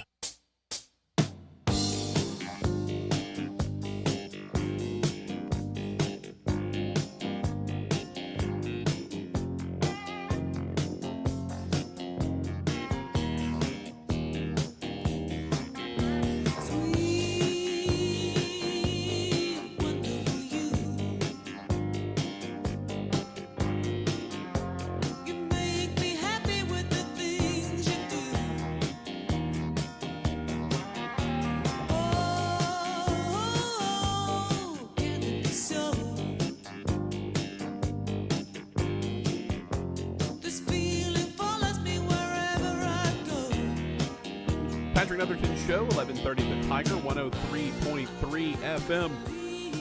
Rogers and Patrick, that's us. Obviously talking a lot of college football playoffs, and why not? It is a big topic of discussion, that is for sure. Meanwhile, you had the largest contract in Major League Baseball history handed out as the New York Mets grabbed Juan Soto, a 15-year, $765 million deal, which is just in insanity. It really is. It's absolute insanity. Nobody's worth that much to play sports. Like, I'm sorry. I don't want to, obviously you're worth that much if someone's willing to pay you that much. Like, that's obviously the case. But nobody's worth that much. Like, let's be realistic. Nobody worth that much. Nevertheless, Juan Soto is a member of the Mets, or will be a member of the Mets. Also, we didn't talk any about the NFL yet. We need to get into some of that. While you weren't looking, the Saints are still in position. Now, it is not going to be easy for the Saints with the Commanders and the Packers coming up, but you look at the NFC South, they are still in it. Amazingly enough, by the way, the Carolina Panthers have not been eliminated from the playoffs yet. Carolina's 3-10. But it also tells you just how bad the division is, that they have not yet been eliminated. Dad and I, Buster and I, were talking the other day about any chance for the Saints in the wild card, and the answer to that question is no. No chance, because the Eagles and the Commanders are battling it out for the NFC East. The Eagles have already clinched a playoff berth, but have not yet clinched the division at 11-2. Detroit has already clinched a playoff berth at 12-1. And then the losers of the second place teams in the North and the East will be wild card teams, right? That's what's going to happen. And then you even have, if you want to get even friskier, you have Green Bay. Green Bay is sitting third in the NFC North, and they are 9-4. 9-4 would put them at the top of both the NFC South and the NFC West. But they happen to be in the division with the Lions and the Vikings right now. So they've got no choice or no chance. So they're third in the NFC North. So, yeah, it's going to be, for the Saints, it is find a way to win the division or you're done. And winning the division doesn't look likely. You are 2 games behind Tampa with 4 games left to be played. You need Tampa to go on a little losing streak. By the way, you're also still a game behind Atlanta as well, even though Atlanta has kind of fallen on hard times. They've lost 4 in a row now after starting 6-3. You still need Atlanta to drop at least 1, and you need Tampa to drop at least 2, and the Saints have to go unbeaten. Now, the good news is the last game of the season is Saints-Bucks. So if you're in position, you will have a chance to win the division if the Bucks help out. Now, what do the Bucks have left? They've won 3 in a row. They beat the Giants at the Giants. They beat the Panthers at the Panthers. Then they beat the Raiders at home. 3 pretty easy teams to beat. What do they have left? At the Chargers, that's going to be a tough one. Chargers have been playing really well under Jim Harbaugh. You go to the Cowboys. A month ago, you might have thought that was a tough game. Now I'm not so sure. Panthers at home, then the Saints. Basically, you have to have, for the Bucks, they have to lose at the Chargers. They have to lose at the Cowboys. It would be nice if they'd go ahead and lose to the Panthers as well, and then the Saints get the win at the end. But at the very least, you need them to lose to the Chargers and lose to the Cowboys. The problem for the Saints is you then have to win out, and in order for that to happen, you have to beat the Commanders at home. You have to beat Green Bay on the road. Then you have to turn around and beat the Raiders at home and go to the Buccaneers at the end. And you're doing it with who at quarterback? By the way, Rogers, have you heard anything? You can just say yes or no. Have you heard anything on if who will be the quarterback for the Saints moving forward? I have not heard anything yet, so I didn't know if you had. There hasn't been any injury report update on Carr yet. Yeah, so looks like a left hand fracture. That's the last word we'd heard. If he broke his left hand, chances are he's done for the year. Look, I admire Derek Carr for how tough he is. He played through a billion injuries last year. He has dealt with more injuries this year. I admire the fact that he's diving for a first down against the Giants. Probably not the smartest thing he's ever done, but I appreciate the fact that he is willing to go out there and put his body on the line for a team that is still below 500, right? That's, what are they now, 5-8. So I admire that Derek Carr is willing to do that. I'm not sure it's the smartest thing to do, but I appreciate the toughness, the leadership, the willingness to give it his all that displays. But with who knows who at quarterback moving forward, is it Haener? Is it Rattler? Is it Carr? Can he play with a fractured left hand? It's not his throwing hand, but you still have to receive the snap. There's still a danger of injuring it further. My guess is he's probably done for the season. If it is indeed a fractured left hand, then it's all right. Do you go to Carr? Do you go to Haener? Do you go to Rattler? Who guides you the rest of the way? Me personally, at this point, knowing that you've got the Commanders and the Packers to come, your 2 games out of first in the division, and Tampa's playing pretty well right now. All of that being said, I probably go with maybe a rotation, right? Maybe Haener 1 week, Rattler 1 week. Let's see what you got, right? Let Haener start against the Commanders. Let Rattler start at the Packers, or vice versa. Let Haener start the first 2. Let Rattler start the next 2. Let them go 1 each. Because the Commanders and the Packers are the 2 toughest games. Haener to start against the Commanders, Rattler to start against the Packers. Rattler gets the start. You balance it out, right?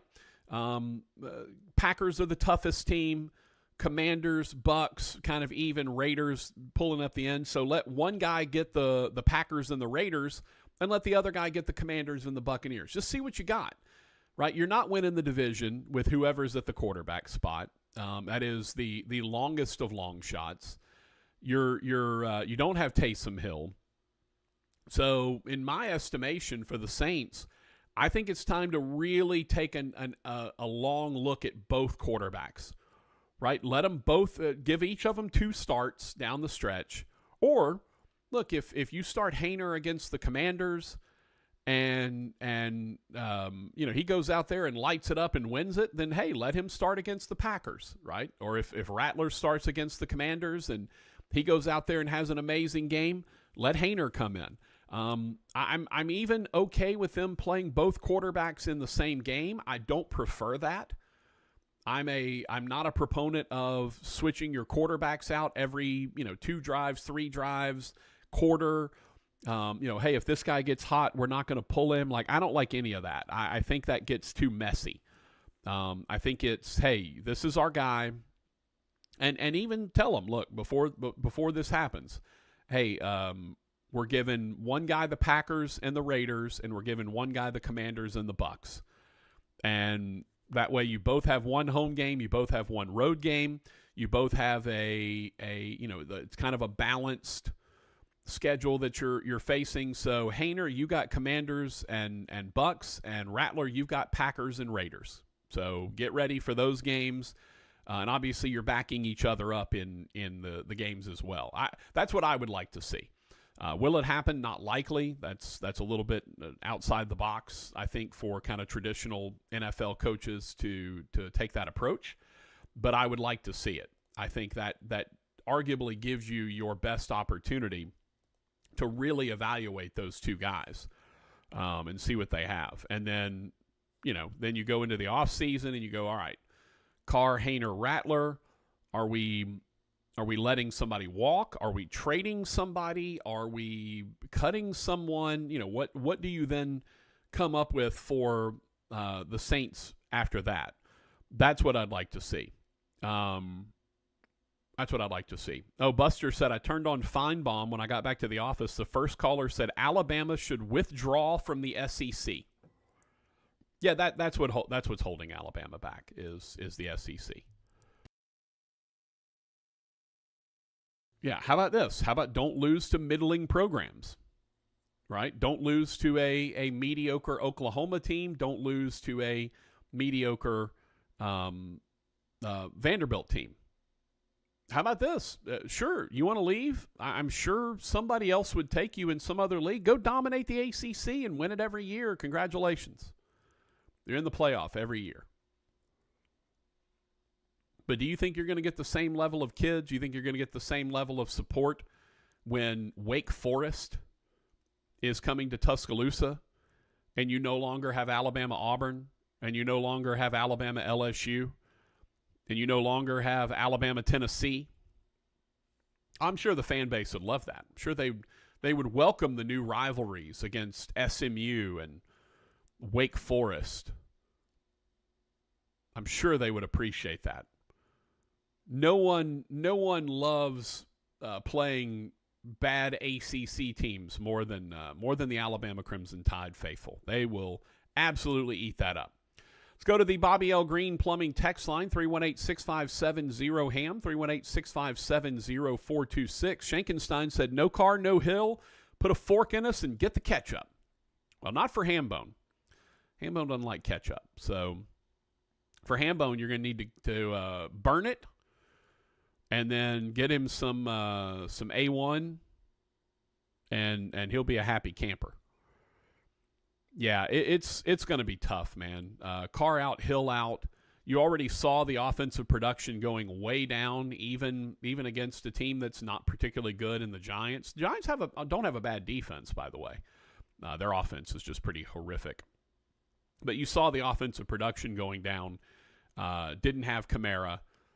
Kamara's getting hit behind the line every time. You've got your full offensive line for the Saints, healthy as they've been, and they were not performing well. against the Giants. They really weren't. It was honestly a little bit concerning. Elvis Presto said, can Kamara throw the ball? We could just direct snap. Oh, I'd imagine there's going to be some direct snaps to Kamara in the game plan, I would think. It would only make sense, right? That's one of the things you would want to do is try to involve Kamara maybe even more, but in different ways. So, yeah, I've got to imagine there's going to be some stuff with Kamara. I mean, they already kind of use him like Taysom Hill, with the exception of lining up at tight end or fullback. And asking him to block. They already use Kamara all over the field. He's a wide receiver. He's in the backfield. He's in motion. They're throwing screens to him. They're handing it off to him. They're pitching. I mean, they do a lot of different stuff with Kamara. So I'd imagine that probably doesn't change. It is, though, it's a problem. Saints defense hasn't been playing poorly either. Brian Bresee has been very good. Demario Davis, even at his advanced age, has still been solid. Colin Saunders has been a good pickup. So it's not like this team is devoid of talent.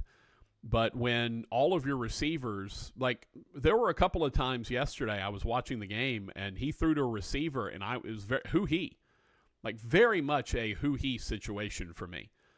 Like I don't know who half of these guys are.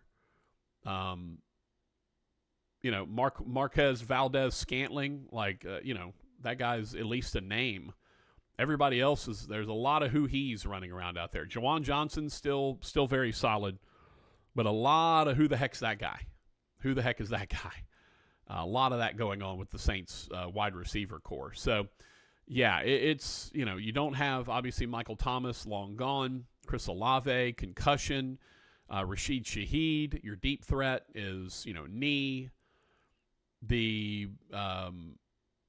You've lost a little bit off of your defense, but, you obviously traded Lattimore.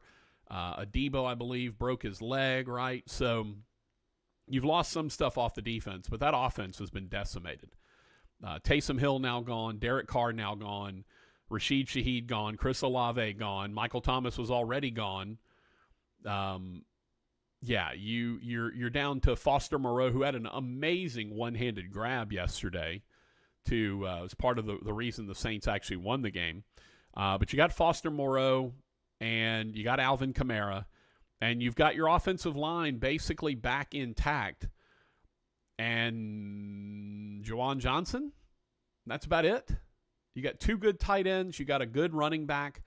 And by the way, not for nothing, but Kendre Miller played really well at tailback yesterday. But your starting quarterback, your top deep threat, your top overall receiver, and your Swiss Army knife, do everything guy, all gone.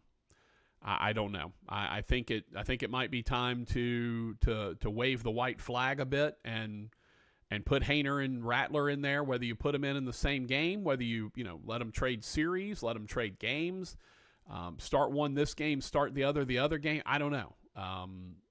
But it's time to really give those guys a legitimate look down the stretch, because you need to know what you've got going for you next year. You're going to have a new coach.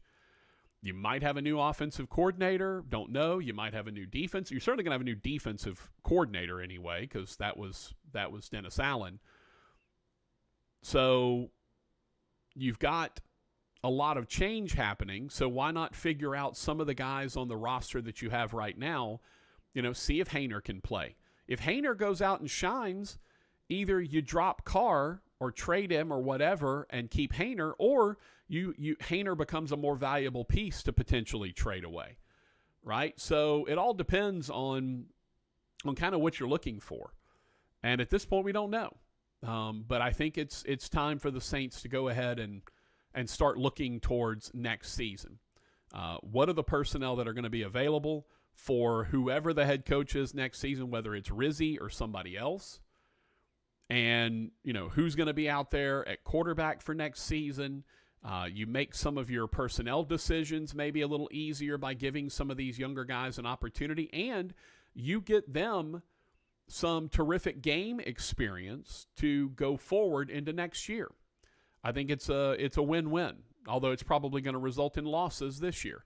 but you were likely not winning the division anyway. So there you go. All right. Cowboys play tonight against the Bengals. Poor Joe Burrow. Guy's having an absolutely electric year, and his team can't win. It's crazy. The Bengals story is absolutely crazy. We have, by the way, I need to tell you about Patrick's Picks and Moody's Moneymakers from this past week. Did Moody stay hot? Did I once again end up a game or either a game above or a game under 500, or did I have a nice week? We'll discuss all of that. And don't forget, we also both have the Bengals tonight against the Dallas Cowboys. All right, we'll take a break. We'll come back. We'll talk about the results from Patrick's Picks and Moody's Moneymakers. We had LSU women's basketball last night we can discuss. Obviously, Independence Bowl matchup. You've got the matchup for the Indy Bowl, the Texas Bowl with LSU and Baylor. Any of that you want to get into, we can. It's the Patrick Netherton Show, 1130 The Tiger, 103.3 FM, coming to you on 1130 on the AM dial, 103.3 on the FM dial, Facebook, YouTube, Twitter, and Twitch. Follow, like, subscribe, thumbs up. Give us all the reactions you can. We appreciate it. The all-new Tiger Den at Jimmy Grande Outdoors is now open in the Shreveport Auto Mall. The Tiger Den is a super fan superstore. All your favorite team colors and apparel for women, men, and kids, even infants. Polo shirts from brands like Cutter and Buck, cool hats and caps, boots and belts, purses and jewelry. Oh, you are going to love the jewelry. The Tiger Den has everything for decorating and serving on game day, even custom game day t-shirts. The Tiger Den at Jimmy Grande Outdoors, a super fan superstore, now open in the Shreveport Auto Mall. Sing, play, live. Squeeze every ounce of life out of every day. Memorize every sunset, every face you love, and climb every obstacle until you can't go higher. With Louisiana Blue, you're free to live your life, to grow wings. That's because you've got the compassion of the cross, the security of the shield, and the comfort of blue behind you. Your Louisiana Blue Card opens doors to top doctors to care for you so you can stay healthy, happy. Make every moment yours, every day memorable. Live your life wide open. For 90 years, we've kept you covered, Louisiana, so you can keep moving, keep living your life. Live, Louisiana. We've got you. Louisiana Blue, Louisiana True.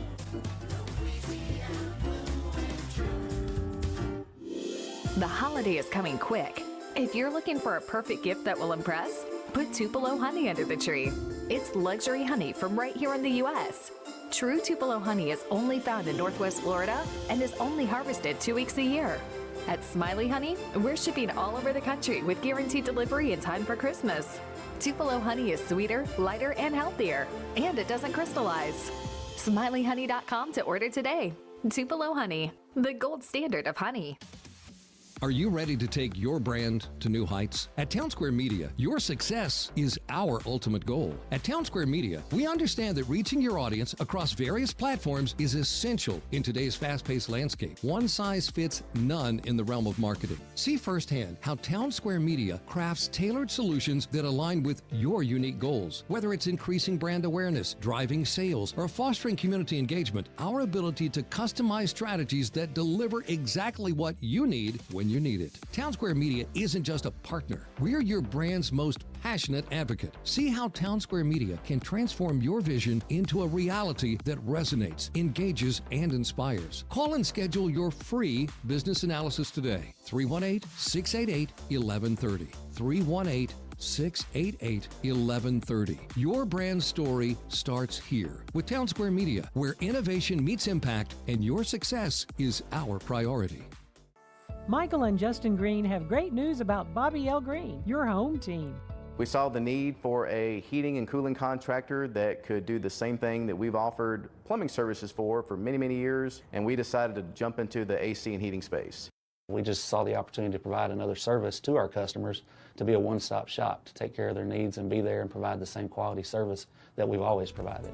3 generations of local service. Bobby L. Greene, 318-631-0235. You've heard a lot of remarkable things about the Pearl Restaurant, located at Fern and 70th. In addition to the incredible food and drinks, the Pearl is now open for dinner 7 days a week, plus lunch or brunch on the weekends. The bar opens at 3, the restaurant opens at 4 Monday through Thursday, and it opens at 11 a.m. all weekend long. Amazing Louisiana-style food with flavor profiles unlike anything you'll find in the state. A 47-foot bar serving signature cocktails, spirits, wine, and beer. An unrivaled selection of both raw and cooked oysters. Plus, the Pearl is serving up amazing old-school favorites like burgers and certified Angus steaks, dry-aged and rubbed in their special Pearl dust. Both the burgers and steaks are Rogers Hampton approved, which is the most prestigious award that a food can receive. The Pearl Restaurant, 6871 Fern Avenue, right off East 70th. Whether you want an amazing lunch on the weekend or an elegant dinner any day of the week, the Pearl has you covered. Let them treat you right at the Pearl. Restore me, refuel me, rejuvenate me. RejuveMeMedical.com. Tiger weather now. Scattered showers and even storms tapering to an end here tonight. Temperatures tonight drop down in the middle part of the 50s. Clouds Monday morning. They'll break up, sunshine for the afternoon. It'll be milder all the way up into low to mid 70s. Mix of clouds and sun, but much cooler Tuesday. Breezy, highs only middle to upper 50s. I'm meteorologist Ken Boone at the Weather Channel. The previous program was paid for by Tim Fletcher. KWKH and K277DO Shreveport, 103.3 FM and 1130 The Tiger. Your home for LSU sports, a Town Square Media station. Welcome back to the Patrick Netherton Show.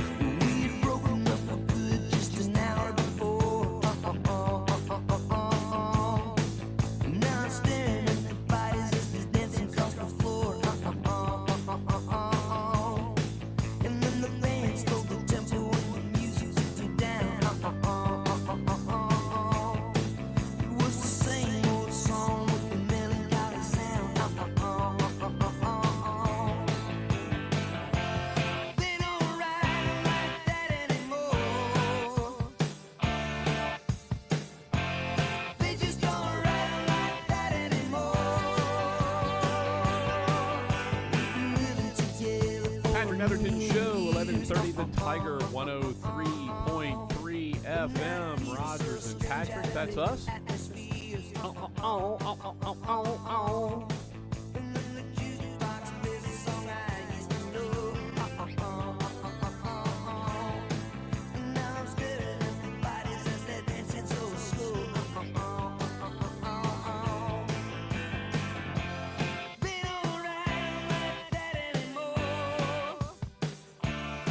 Hambone is recovering. You know, why is it the illnesses always strike on the weekends, right? Like you can't give me a good sickness Tuesday through Thursday. You know, I don't need one Friday, Saturday, Sunday. Like that's just the worst. I feel for you, my brother. I feel for you. Patrick Netherton Show, 1130 The Tiger, 103.3 FM. Would love to hear from you. You can call us on the Pearl Shreveport hotline at 318-RALLY-45, 318-725-5945, or you can text us on the Bobby L. Greene Plumbing text line. That number is 318-657-0HAM, 318-657-0426. Let's look at Patrick's picks and Moody's moneymakers from this past weekend. Moody coming off of a 6-1 week.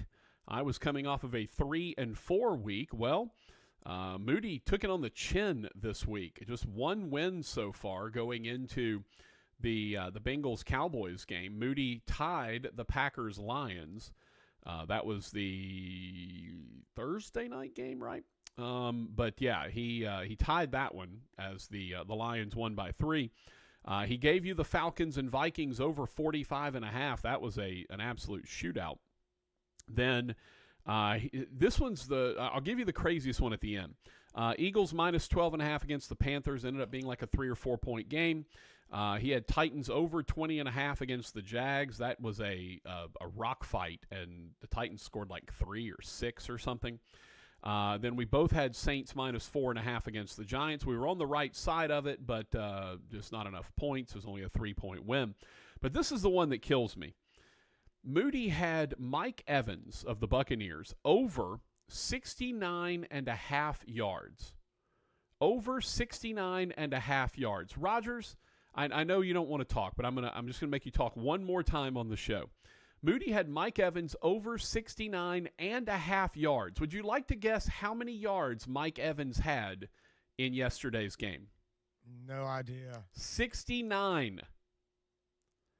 But obviously he can't get a half a yard, and he didn't have 70. So Moody lost his bet of Mike Evans over 69.5 because Mike Evans had 69 yards, which is a nice total. Don't get me wrong, nice total. But needed one more yard. But how insane is, like, Vegas is, they're insane. Like, Vegas is crazy. The idea that they could just know somehow or have it figured out, metrics, whatever, that Mike Evans over 69.5 would be the number, and he hits 69 on the nose. So Moody lost that by a half a yard. It's insanity. It's absolute insanity. So Moody is 1-4-1 going into tonight's Bengals-Cowboys game. And again, he and I both have the Bengals minus 5.5. Meanwhile, yours truly, I took all the all the favorites in the championship games and got rewarded. Went 3-1 with all the favorites. I also had Western Kentucky and Jacksonville State over 57.5. And Western Kentucky did me no favors. I was 14 down early in the fourth quarter, right? So I need 2 touchdowns in one quarter. That's easy, right? That's going to happen, no problem. The problem is when Western Kentucky scored, they went for 2, down 26, whatever. They were down huge, and they go for 2. Don't get it, and suddenly now I have to have more. I can't just have 14 at that point. I got to have like 15 or 16, whatever it was. It was ridiculous. Well, the good news is Rich Rod was not playing around. Rich Rod almost covered that thing all by himself as Jacksonville State, I think, ended up with 52 on the night, something like that. And so Western Kentucky, Jacksonville State over 57.5 hit, thanks to Rich Rod scoring late. I had told you Boise minus 4 against UNLV. That was a winner. I told you Arizona State minus 2 against Iowa State. That was a winner at halftime, basically. Arizona State ran away and hid. I told you Oregon minus 3.5 against Penn State, and they took care of that. It was took a little longer, but they ended up getting the win. And then SMU, I had minus 2 against Clemson. And obviously Clemson kicks the late. I thought when SMU came back and scored, that the worst I was going to do was a push with SMU potentially winning on a 2-point conversion, or going to overtime, winning in overtime, kicking a field goal in overtime, or going when they started going for 2-point conversions at the third overtime. Like at the very least, I was going to get a push out of that game. And ultimately, Clemson, big kickoff return, one good pass. They're in field goal range, and a dude nails a 56-yarder or whatever. So I lost that one, and then I also had the Saints minus 4.5 against the Giants and lost that. The good news is I am in with a winning record this week. The worst I can do is 4-3, as I'm 4-2. But I'm hoping that the Bengals cover 5.5, in which case I will be 5-2 on the week, and Moody will be 2-4-1. By the way, we have some breaking news from Saints world. Little breaking news from the world of the New Orleans Saints right before we get out of here.